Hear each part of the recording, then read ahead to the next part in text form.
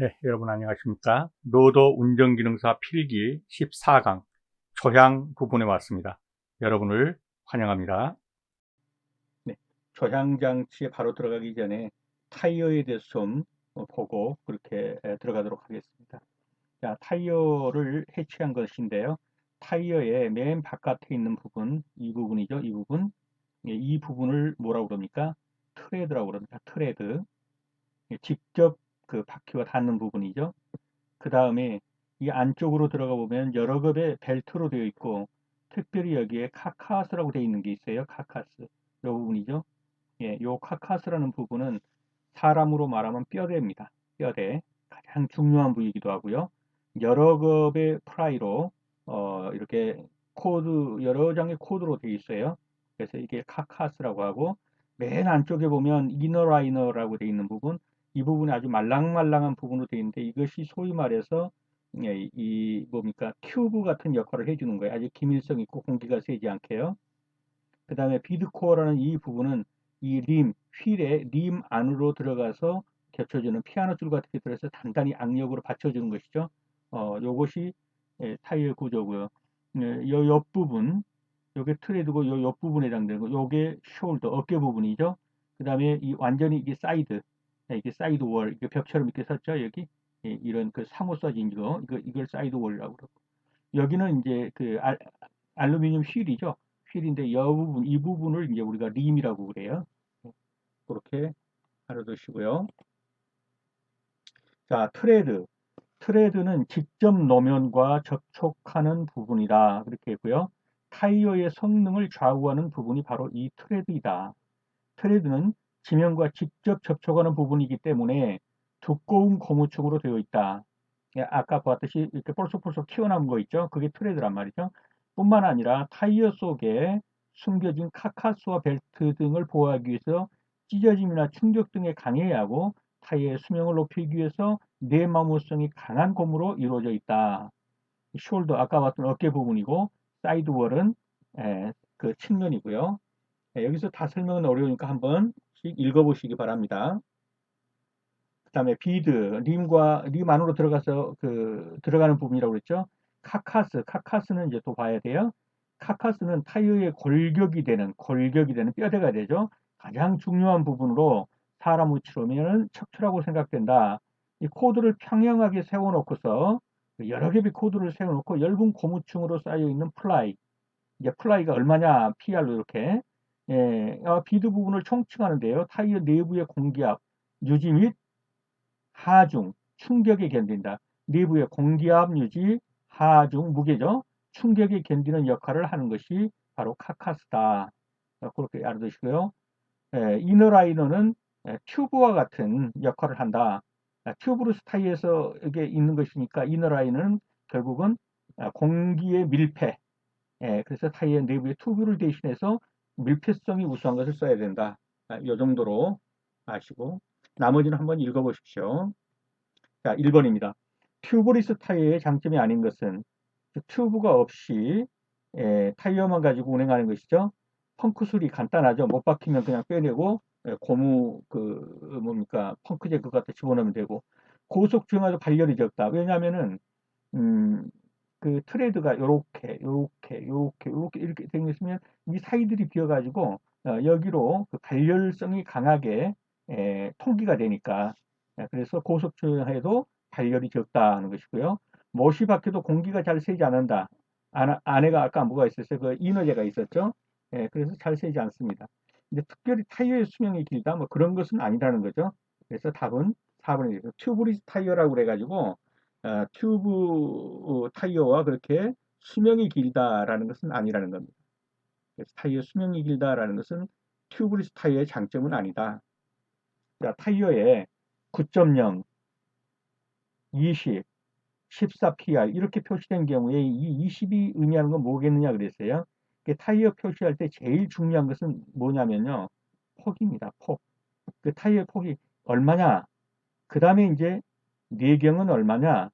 그 다음에 이 PR 수는 얼마냐. 이렇게 이제 나가는 것이에요. 그래서 제일 중요한 거 폭 9.0. 20, 내경. 여기서 물어본 게 20이 뭐냐 그랬으니까 내경이 되겠습니다. 그래서 저압 타이어에서 9.0이라고 표시된 거 맨 앞에 나온 건 무조건 폭이 나와야 돼요. 그 다음에는 일반적으로 내경인데 아까 이제 나중에 보겠지만 레이디얼 타이어에서는 조금 다른 표기가 있어요. 그래도 어떻든 일반적으로 폭, 내경, 플라이수 이런 식으로 표시된다. 이렇게 알아두시면 되겠습니다. 자, 타이어식 건설기의 타이어에서 저압 타이어 안지름이 25인치고 바깥지름이 35인치, 폭이 12인치, 플라이수가 22이라면 표시 방법은 어떻게 되겠느냐? 맨 먼저 무조건 뭐가 한다고 그랬어요? 폭이 와야 돼요. 타이어에서는 폭이 제일 중요합니다. 폭이 오고 그 다음에 일반적이라면 뭐가 온다고 그랬어요? 내경이 오고 그 다음에 플라이수 이 플라이수 PR 요게 오는데 여기서는 좀 다른 거죠. 폭은 얼마예요? 12. 그 다음에 이제 내경이 얼마예요? 내경이 안찌름이에요. 이 안찌름이 그 뭡니까? 휠의 내경하고 같은 것이죠. 그래서 25가 되겠죠. 그 다음에 PR은 20이에요. 그래서 12, 25, 20 이런 식으로 나올 것이고 맨 먼저 있는 12는 타이어의 폭, 이것은 내경, 이것은 프라이스. 그럼 뭐가 되겠어요? 3번이 되겠네요.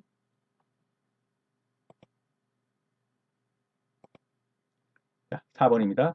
이제 레이디얼 타이어예요. 레이디얼 타이어에서 185-슬러시 55R15 85H 이렇게 표시됐다면 이 15가 의미하는 게 뭐겠느냐 그랬어요. 그냥 일단 알아둘 것은 이 R은 뭐냐면 이 타이어의 종류예요. 그래서 R이라는 건 레이디얼 타이어죠, 이게. 예, 타이어의 종류.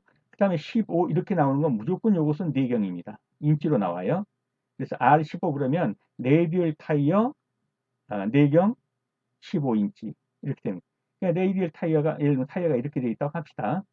요렇게 돼 있다면 뭐 이게 이제 여기 뭐 틀에도 있고 뭐 이렇게 되겠죠. 그러면 내경이라는 건 뭐예요? 요 지름.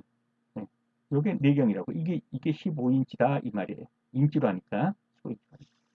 자, 레이디얼 타이어에 185. 그럼 185는 뭘까요? 무조건 맨 먼저 나온 건 뭐라고 했어요? 타이어의 폭이라고.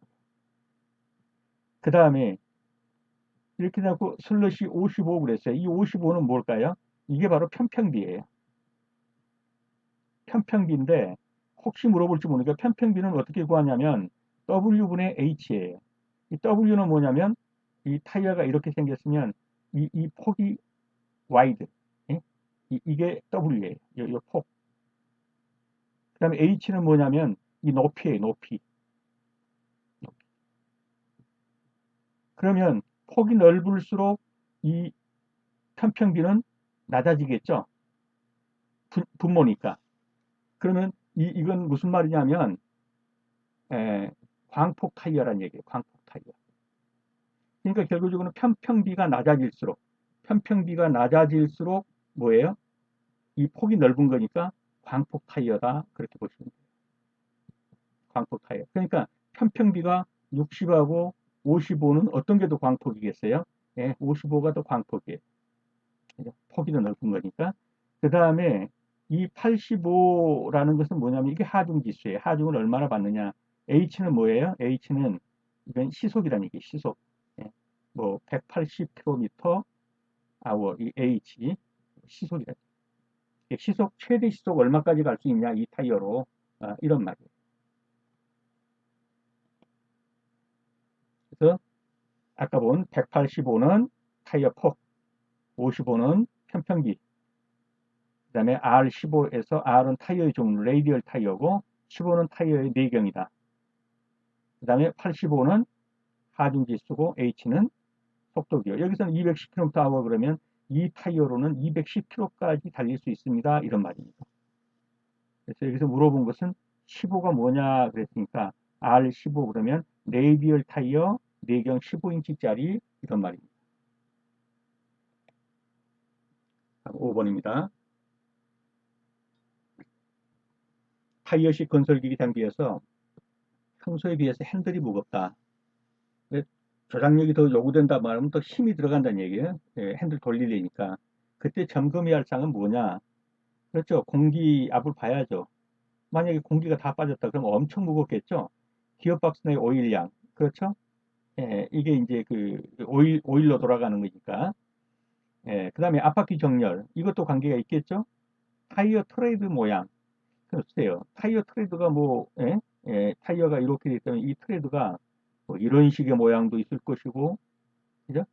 또는 뭐 어떤 식의 다른 모양도 있을 수 있겠죠. 음, 뭐 어떤 모양인지 모르겠지만 뭐 이런 식의 모양도 있고, 이 트레드가 어떤 모양이냐에 따라서 그 핸들이 무겁다, 가볍다, 뭐 이건 아닌 것 같아요. 그렇다면 답은 4번이 되겠죠.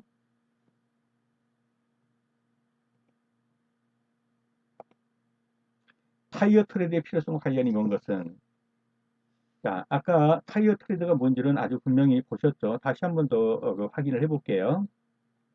타이어 트레드가 뭐라고 했어요? 여기 있는 거, 요거. 요게 타이어 트레드예요. 요렇게 생긴 거. 이게 직접 노면하고 닿는 부분이라는 거예요. 직접. 어떨 때? 공기압이 어느 정도 됐을 때.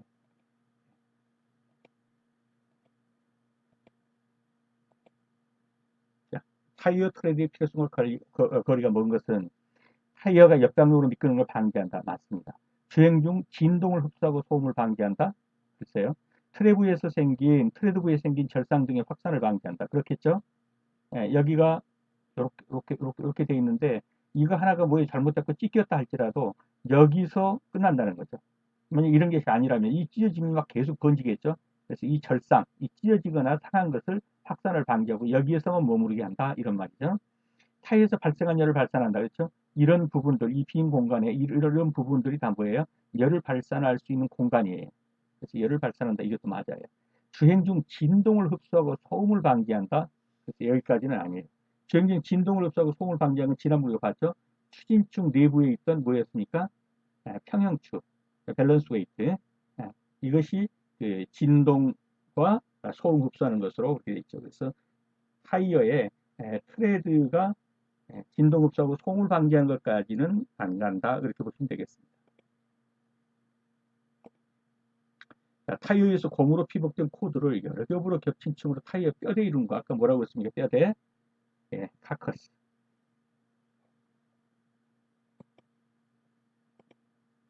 자, 타이어 구조에서 노면과 직접 접촉하여, 아까 뭐라고 그랬어요?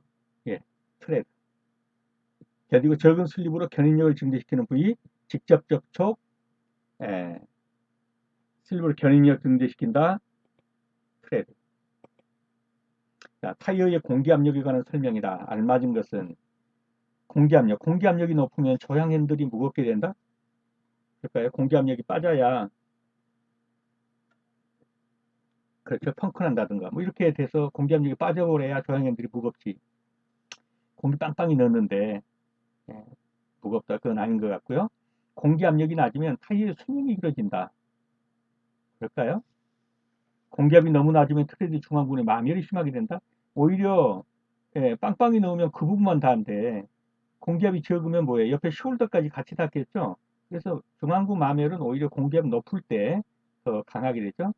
온도가 높게 되면 공기압이 높아진다. 그렇죠. 온도가 높게 되면 공기의 팽창에 의해서 공기 압력도 높아지겠죠. 답은 4번이 될 겁니다. 그죠? 네. 공기 압력이 높다고 공기 압력이 높으면 오히려 조향 핸들은 가볍게 된다 이렇게 봐야 되고요. 공기 압력이 낮으면 타이어의 수명이 길어지게 된다 그랬는데 이 부분은 뭐 그렇게 관계 있는 건 아니고요.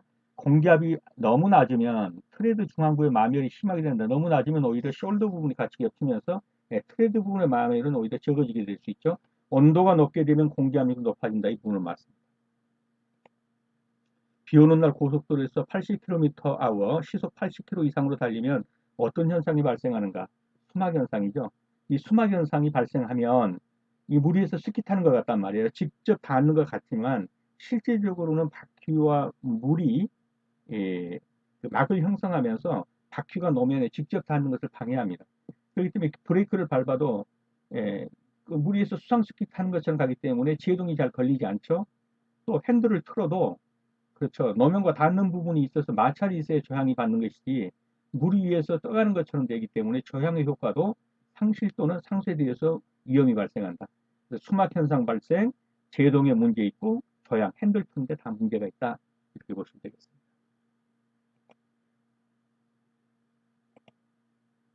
자, 저향장치에 요구되는 사항이 아닌 것은 고속 주행할 때도 저향 핸들은 안정적이어야 한다. 그러겠죠?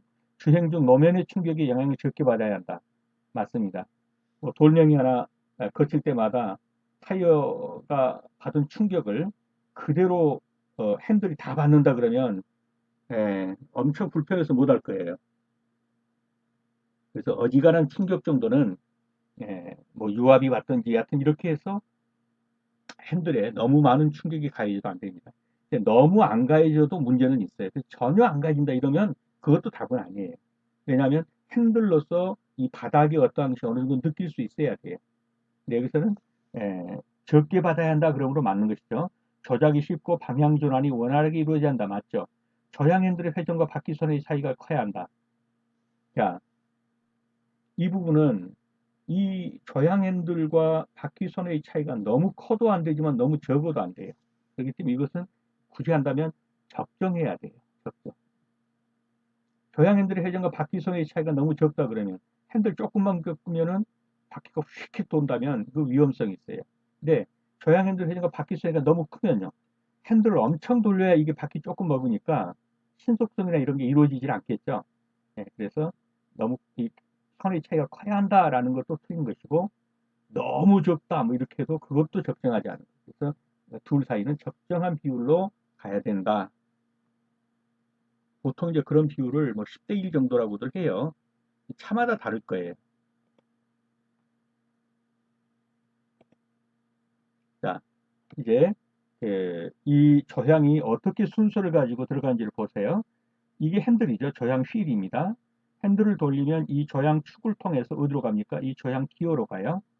네, 저향 기어로 간 다음에 이것이 피트먼 암을 움직입니다. 이 피트먼 암이 드래그링크라는 쭉 가는 이제 힘을 받는 이 부분으로 가서 이 드래그링크가 결국은 어디하고 쪽하고 연결되냐면 여기에 보면 타일로드가 이 일체식은 이렇게 돼 있어요. 타일로드가 양방향으로 가는 것 같아 분리형은 이쪽도 타일로드 따로 있고 이쪽도 타일로드 따로 있단 말이에요. 여기서 릴레이 로드라는 것은 뭐냐면은 이거는 지금 이제 외국차 같은 경우 우측에 이쪽에 있죠. 그럼 바퀴가 이쪽은 멀어요. 근데 이제 이 좌측 바퀴하고 우측 바퀴하고의 이 사이만큼을 이 릴레이 로드를 줘가지고 한단 말이죠. 그 다음에 아이들암, 타일로드암, 그리고 너클암. 그 다음에 너클로 해서 여기서 이제 그 바퀴하고 같이 움직이게 되겠죠. 그래서 일체식과 이것은 좀 다르긴 한데 어떻든 타일로드로 여기선 타일로드로 움직이면서 타일로드가 양방향의 이 바퀴를 동시에 같이 그 방향을 조정하게 돼 있어요. 이 타일로드를 가지고. 그래서 이 순서들을 봐주십시오. 저향 1, 저향축, 저향 기어, 여기 피트, 그리고 피트먼암, 그리고 드래그링크를 통해서 이 타일로드 쪽으로 오고 이것이 이 너클암으로 연결되면서 이쪽으로 킹핀으로 이렇게 연결되어 갖고 방향을 조절한다. 이렇게 알아두시면 되겠습니다. 자, 휠 구동식 건설기기에서 기계식 조향장치에 사용되는 구성품이 아닌 것은 그랬어요. 아까 여기에서 웜기어와 섹터 기어가 여기에 들어있는 기어가 웜기어예요. 이 웜기어가 섹터 기어하고 물려가지고 뭘 돌리냐면 여기 피트먼 암을 돌린단 말이에요. 이 피트먼 암의 각도가 이쪽으로 전달되어지면서 이 바퀴를 이렇게 움직이기도 하고 이렇게 움직이기도 하는 거예요. 그러면 휠 구동식 건설기기에서 기계식 조향장치의 사용용 구성품이 아닌 것은 그렇습니다. 웜기어 섹터의 타이로드 엔드 아까 봤죠? 마지막 그 타이로드 엔드가 이제 타이로드의 끝부분에 달린 것이 타이로드 엔드예요. 이 타이로드 엔드가 또 이제 이 볼기어하고 해가지고 이 그 알루미늄 휠 쪽으로 이렇게 붙은단 말이죠. 그래서 웜기어, 섹터기어, 타이로드 엔드는 다 저향장치예요. 근데 하이포이드 기어는 저향장치는 아니에요. 이것은 감속 기어의 일종이에요. 하이포이드 기어는. 그래서 하이포이드는 종감속 기어에 사용하는 것으로 기계식 조향장치는 들어가지 않아요.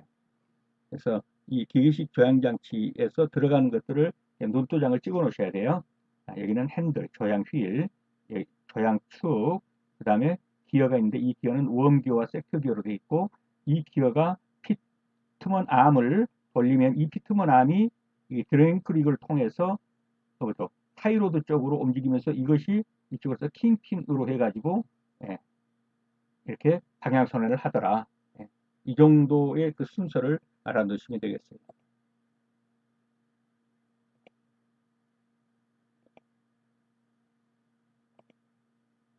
자, 유압식 유압식 조향장치 핸들 조작이 무거운 원리로 맞지 않는 것. 답이 먼저 주어져 버렸네요. 자, 유압식 조향장치. 이제 그냥 하면 핸들이 뻑뻑해서 수동으로 맨 땅으로 돌리기는 굉장히 어렵죠. 그래서 어떻든 이제 뭐 전기로 하든 유압식으로 하든 어떤 이제 그 동력 장치를 이용을 하는데요. 자, 유압식에서 유압이 낮으면 잘 안 돌아가겠죠. 무겁죠. 오일이 부족해도 그렇습니다. 예, 유압이 부족하니까. 유압 계통에 공기가 혼합되어도 유압의 압력이 약하죠. 그래서 이런 경우는 다 핸들이 무거울 거예요. 근데 펌프 회전이 빠르면 뭐예요? 유압은 높죠. 그만큼 오일을 많이 뿜어대니까 그 유압이 높은데 왜 그 조작이 더 무겁겠어요? 그래서 이건 맞지 않는 거예요. 펌프 회전이 빠르다 그러면 조향장치에서 핸들 조작은 비교적 쉽다 이렇게 봐야 돼요. 근데 펌프가 고장이 났고 유압이 전혀 작동 안 한다. 그럼 거의 이제 맨몸으로 돌려야 되니까 뭐 육박전을 해야 될 정도로 힘을 써야 뭐 돌아가든지 하겠죠. 15번입니다. 타이어식 건설기계에서 주행 중에 저향 핸들이 한쪽으로 쏠리더라. 그 원인과 거리가 먼 것은 자, 타이어 공기압이 불균형하다. 왼쪽과 오른쪽이 달라요. 그러면 쏠리죠. 브레이크 라이닝이 간극이 조정이 불량하더라. 왼쪽 바퀴 오른쪽 바퀴 잡히는 게 달라요. 그럼 어떻게 했어요?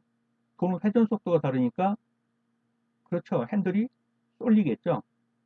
그다음에 휠 얼라이먼트 조정이 불량해요. 즉 바퀴 정렬이 불량해요. 앞에 좌우가 불량하든지 서로 안 맞아요. 그러면 쏠린다고 조향핸들이. 근데 베이퍼록 현상이 발생했다 그랬어요. 베이퍼록 현상이 발생했다는 건 뭐예요? 유압에 지금 공기가 들어가 가지고 공기방울들이 움직인다는 게 그럼 뭐예요? 이거는 유압이 유압이 낮아진다 이런 말이에요. 그럼 유압이 낮아지면 그 좌우 바퀴 핸들이 그죠? 핸들이 동시에 그 조정 불량이 일어나겠죠. 뻑뻑하고. 그런데 한쪽 바퀴만 일어나 가지고 쏠린다 이런 건 아닐 거예요. 일어나면 두 바퀴 다 핸들 조작이 잘 안 되겠죠. 근데 여기서 조향들이 한쪽으로 쏠린다는 것은 어느 쪽 한쪽 바퀴와 다른 쪽 바퀴에 회전에 문제가 있는 거예요. 그렇다면 휠 얼라이먼트 조정이 불량하든지 타이어 공구가 왼쪽 오른쪽 다르든지 브레이크 라이닝이 잡아주는 게 왼쪽 오른쪽 다르든지 이럴 경우에 발생하는데 베이퍼록은 일어나면 똑같이 발생해요. 왼쪽 오른쪽이. 핸들이 꺾어가면 타같이 안 돌아가는 거예요. 왼쪽이든 오른쪽. 그래서 여기서 거리가 먼 것은 4번이 되겠습니다. 16번입니다. 타이어식 건설기계에서 핸들 유격이 클 경우와 거리가 먼 것은 자, 핸들 유격이란 뭐예요? 핸들은 까딱까딱하고 까딱까딱 거리는데 그것이 바퀴 회전하고 연결 안 되는 거 이것이 유격이죠. 예. 만약에 핸들을 조금 틀었더니 전혀 까딱까딱 없이 그대로 다 바퀴에 먹혀 들어갔다 그럼 유격이 적은 것이고 핸들을 상당히 이렇게 틀었는데 핸들만 혼자 까딱까딱하고 돌 뿐이지 예, 그 실질적으로 바퀴 회전과는 연결이 안 되는 그 부분만큼이 유격이에요. 그럼 유격은 다 어디 속에 있어요? 그렇죠.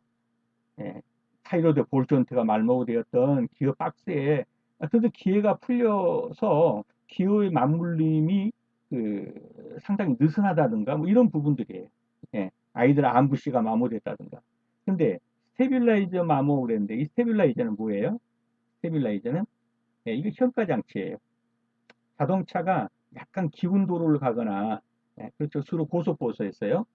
선회하거나 기운 도로를 가거나 그럴 때 왼쪽과 오른쪽의 평형이 다르면 뭡니까? 이 안정감에 문제가 있죠. 이때 스테빌라이저가 뭐예요? 양쪽의 현가를 같이 맞추는 작용을 한단 말이에요. 평형으로. 이런 게 스테빌라이저예요. 예. 그래서 평형을 맞추는 현가 장치. 예. 스프링으로 되어 있어가지고 이런 게 스테빌라이저이기 때문에 이것이 핸들 유격과는 관계없어요. 핸들 유격은 타일로드 볼, 타일로드 볼이 어디 있냐면 이런 거예요. 야, 이게 타이로드잖아요. 여기에 타이로드 볼이 있다고 이런 데가. 요게 타이로드잖아요. 그럼 이런 데가 타이로드 볼이 있어요. 그런 것이 이제 허걱거리거나 여기 있는 이 조향 기어 여기서도 깐딱깐딱 하면서 서로 맞물림이 헐겁거나 이 관절 부분이라고 생각되는 모든 부분들은 다 그럴 수 있겠죠. 그런 부분들이 헐거우면 이 핸들을 돌려도 그만큼의 유격이 있는 거예요.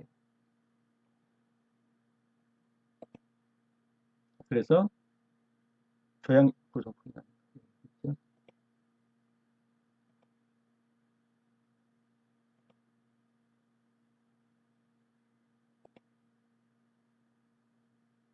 네, 그 정도로 하고요. 17번 조향기구 장치에서 앞 엑셀과 조향 너클 사이를 연결하는 것은 무엇이냐? 이건 우선 답부터 찍을게요. 킹핀이에요. 근데 이 킹핀이 어디 있습니까? 그러면 아까 봤는데 이 부분이 킹핀이에요. 여기서 뭘 물었어요? 조향 너클하고 타일로드하고 겹치는 데 있다 이렇게 했으니까 그죠? 이게 그 타일로드고요. 요거는 지금 이제 피트먼트 암이 이쪽으로 와서 이 타일로드 연결돼 가지고 킹핀하고 연결돼서 조향을 이룬단 말이에요. 여기에서 이제 묻는 것이 이 킹핀 여기에 있는 거예요. 자, 그래서 조향기구에서 장치 앞 엑셀은 어디였어요? 엑셀은 이거예요. 이 부분. 이 안에서 뭐가 들어가요? 예, 이 차축이 돌아가는 거예요. 그래서 바퀴를 돌려야 되니까 여기에 지금 붙어 있는 것하고 이 킹핀하고 이렇게 연결됐다는 말이에요. 그래서 요거는 그냥 문자 그대로 그냥 외워두세요. 대강 위치가 그렇다는 거 하시고 아벡슬과 조향 너클을 연결하는데 그 연결하는 것이 무엇이냐 그러면 킹핀이다. 그러니까 대강 위치는 아까 보셨던 그 바퀴 있는 거죠. 앞 엑셀 타일로도 있고 거기서 엑셀과 조향 너클을 연결하는 그 부분 킹핀 그렇게 알아두시면 되겠습니다. 자, 타이어식 건설기기에서 조향 바퀴의 토인을 조정하는 것은 무엇이냐 그랬어요. 예, 우선 답부터 찍으면 타일로드예요. 자, 이제 조향 바퀴 휠 얼라이먼트를 하는데 이 휠 얼라이먼트를 할 때 주로 무엇을 조정해서 하냐면은 이 타일로드를 가지고 조정해서 한단 말이에요. 그 다음에 이제 토인이라고도 하고 토인이라고도 하죠. 토인이 뭐며 캠버가 뭐며 이제 이런 걸 좀 볼 텐데 우선 토인이 뭐냐 이렇게 하면은 토인은 토는 뭐예요? 이게 발가락 끝과 같은 거예요. 그래서 앞바퀴를 보니까 앞바퀴가 이런 식으로 예, 이쪽 거리가 이쪽 거리보다 짧은 거, 그죠? 이쪽 거리가 이쪽 거리보다 짧은 거. 바퀴가 이렇게 정렬되어진 거. 예, 너무 많이는 됐지만 어쨌든 조금 잘 그려볼까요? 이런 식으로 이렇게 이쪽 거리와 이쪽 거리에서 이쪽 거리가 짧은 거. 발가락 끝 모양으로 생겼죠, 토인. 예, 이것을 토인이라고 해요, 토인. 그럼 이제 왜 이런 토인으로 얼라이먼트를 해야 되냐 하는 건 이제 조금 이따 다시 이제 뒤에서 볼게요. 타이어식 건설 기계에서 조향바퀴의 토인을 조정하는 것은 그랬어요. 토인을 조정하는 게 뭐라고 그랬어요? 바로 요 타일로드. 여기서는 여기에 있는 타일로드. 이것이 이 바퀴를 이렇게를 조정하는 것이 뭘로 한다? 이 토인을 가지고 길이로 조정을 한다 이런 말이에요. 길이로 이 바퀴를 앞쪽으로 이렇게 모이게 하는 이것을 뭐가 한다? 타일로드를 가지고 하더라. 그다음에 타이어식 휠라이먼트에서 토인의 필요성과 거리가 먼 것은 왜 토인을 하냐 이거죠.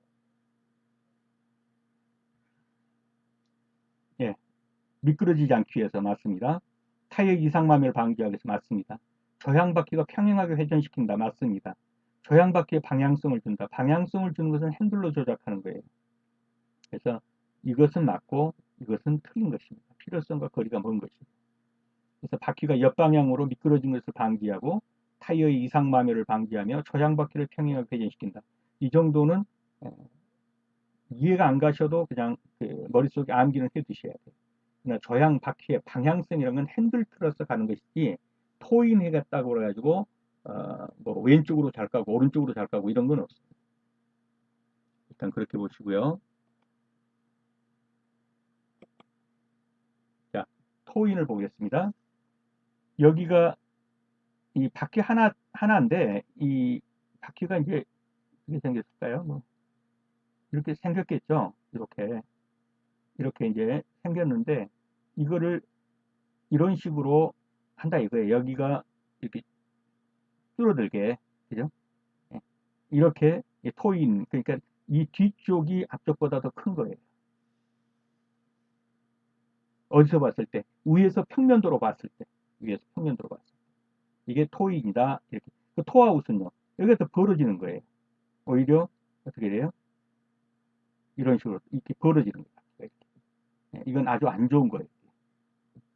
그래서 이 나올 때부터 이렇게 토인에 어느 정도 각도를 줘서 나오고 또 이걸로 이렇게 휠 얼라이먼트 조정을 한다 이렇게 보시면 되고요. 캠버 그랬어요. 캠버는 뭐냐면 이제 그 바퀴 자체를 바퀴 자체 이 경사각이에요. 그죠? 이게 이해가 되실지 모르겠어요. 그러니까 바퀴를 윗부분이 더 벌어지게 하고 아랫부분이 더 오므라들게 하는 거예요. 그러면 위에서 하중이 내리받을 때 어떻게 돼요? 그 하중을 겨뤄지는 있는데 만약에 이렇게 바퀴가 윗부분이 안쪽으로 들어가고 이게 바깥으로 오면 하중이 내리받으면 어떻게 되겠어요? 굉장한 압력으로 힘이 이렇게 뻗쳐버리겠죠? 네, 그런 문제가 돼요, 이게. 그래서 이 캠버라는 것은 이 바퀴의 경사각으로 한번 생각을 해보세요. 그림을 잘 못 그리니까. 여기도 캠버를 이렇게 표시를 했잖아요. 이렇게 놓고 보면 윗부분이 벌어지는 거예요. 토우는 앞부분으로 바퀴가 모이는 것이고, 캠버는 정의 캠버, 부의 캠버가 있는데, 어쨌든 캠버는 이렇게 수직으로 놓고 볼 때 이렇게 벌어지는 거. 요걸 캠버라고 한다. 그렇게 알아주시면 될 겁니다. 좀 수정을 하고 하겠습니다.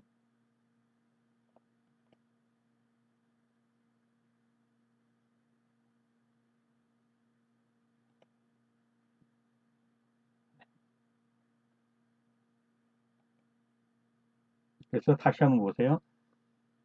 이게 앞바퀴예요. 이게 이렇게 오면 앞바퀴가 이렇게 보이시죠? 이렇게 줄어들었죠? 뒷바퀴 쪽이 이 뒤쪽이 더 높죠? 요걸 토우인 상태라고 하는 거예요. 그 다음에 이 바퀴가 이렇게 벌어지는 거. 요걸 이제 캠버각이라고 그러는 겁니다. 이렇게 벌어지는 걸 캠버각. 토인과 토아웃을 보세요. 토인은 이렇게 앞이 오므라드는 것이고 토아웃은 앞이 벌어지는 거예요. 이렇게 되면 조향이 아주 안 먹어요. 토아웃처럼 벌어지면. 이렇게 안으로 오므려져야 조향이 잘 먹는단 말이에요. 핸들을 틀어도 잘 먹어요. 이렇게 해야 이렇게 돼야 타이어 이상 마멸도 좀 방지하고 핸들도 잘 먹고 그런다는 거예요. 자, 그래서 휠 얼라이먼트 요소를 보죠. 먼저 캠버예요. 앞바퀴를 위에서 보면 바퀴의 윗부분이 아래쪽보다 더 벌어져 있어요. 윗부분이 아래쪽으로 이렇게 오므린단 말이에요. 이렇게 벌어지는데 이 벌어진 바퀴의 중심선과 이 각, 이 벌어진 각, 이걸 캠버각이라고 그래요. 그 각도를 캠버라고 하는데 이 캠버를 두는 목적은 조향 핸들을 가볍게 한다. 그 다음에 수직 방향의 하중인 앞 차축의 힘을 방지한다. 만약에 이게 이렇게 벌어졌다면 누르면 문제의 차축이 힘을 받아서 안 돼요. 그래서 앞 차축의 힘을 방지하려면 어떻게 된다? 위가 넓고 아래로 좁혀지는 경사각을 이렇게 둬야 된다. 하중을 받았을 때 앞바퀴 아래쪽이 벌어지는 것을 이걸 부의 캠버라고 그래요. 이런 식으로 된 거. 이걸 부의 캠버라고 그러고 요거를 뭐라고 그래요? 정의 캠버라고 그래요. 정의 캠버. 다음 캐스터. 캐스터는 뭐냐면 앞바퀴를 옆에서 보았을 때, 앞바퀴를 이렇게 옆에서 보았을 때 킹핀이 여기 수직이라고 보면 여기를 수직이라고 보면 킹핀이 이쪽으로 가느냐 이쪽으로 가느냐에 따라서 이쪽으로 가면 정의 캐스터, 이쪽으로 하면 마이너스 부의 캐스터 이렇게 말한다. 이 캐스터가 하는 역할은 뭐냐면은 바퀴의 복원성이에요. 핸들을 튼 다음에 쭉 높여 주르륵 하게 되면 어떻게 핸들 툭 풀리죠? 이게 이제 캐스터의 역할이에요. 그래서 조향 핸들의 복원성 부여, 조향 바퀴의 직진성 부여, 요게 캐스터고요. 다음 토우인 아까 봤죠? 앞바퀴를 위에서 아래로 보았을 때 앞쪽이 뒤쪽보다 좁혀져 있는 상태. 앞쪽이 뒤쪽보다 이렇게 예, 접혀져 있는 상태.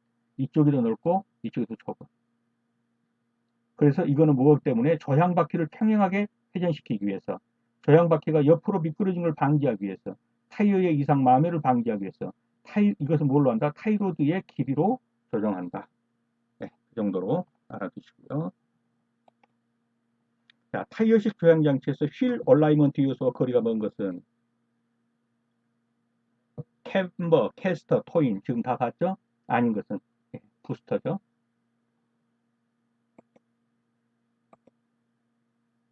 자, 다시 한번 이 부분에 눈도장을 찍어 두시고요.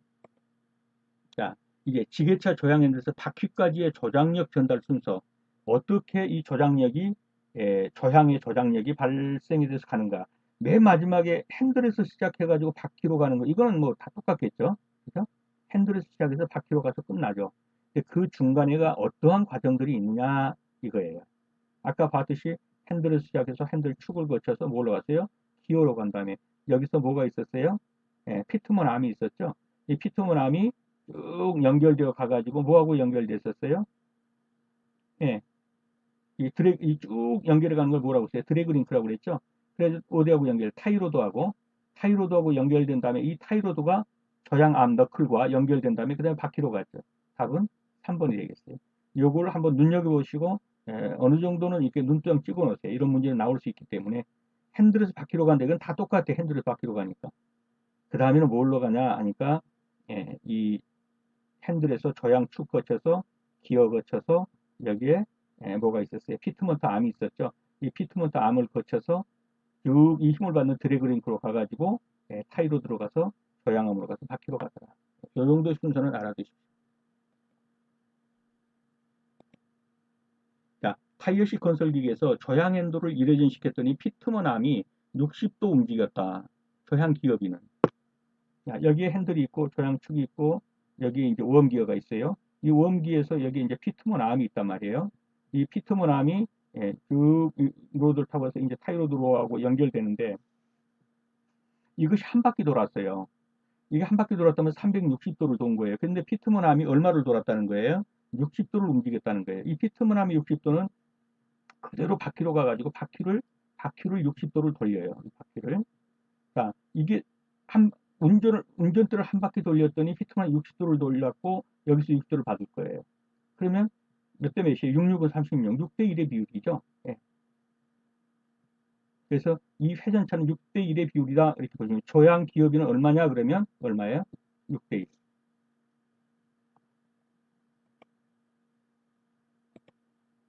23번입니다. 타이어식 건설기계 장비에서 토인에 대한 설명으로 틀린 것은 자, 토인 아까 봤었죠? 토인 조정이 잘못되면 타이어가 편마모된다. 맞습니다. 토인은 반드시 직진 상태에 측정해야 합니다. 맞습니다. 토인은 직진성을 좋게 하고 조향을 가볍게 합니다. 맞습니다. 토인은 좌우 앞바퀴의 간격이 앞보다 뒤쪽이 좁은 것이다? 아니죠. 뒤가 넓고 예, 앞이 좁죠. 앞보다 뒤쪽이 좁다면 어떻게 된다는 얘기예요? 이런 식으로 되는 거예요. 이건 토 아웃에 대한 얘기예요. 토 아웃. 예. 이렇게 되면 조향이 무겁게 되고 여러 가지 문제가 발생해요. 이 토인으로 조정을 하는 거라. 토인은 앞부분이 뒷부분보다 좁아요. 그래서 앞보다 뒤쪽이 좁다 그랬기 때문에 틀린 거예요.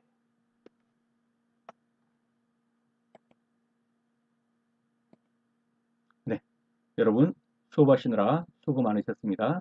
다음 시간에 다시 뵙겠습니다. 감사합니다.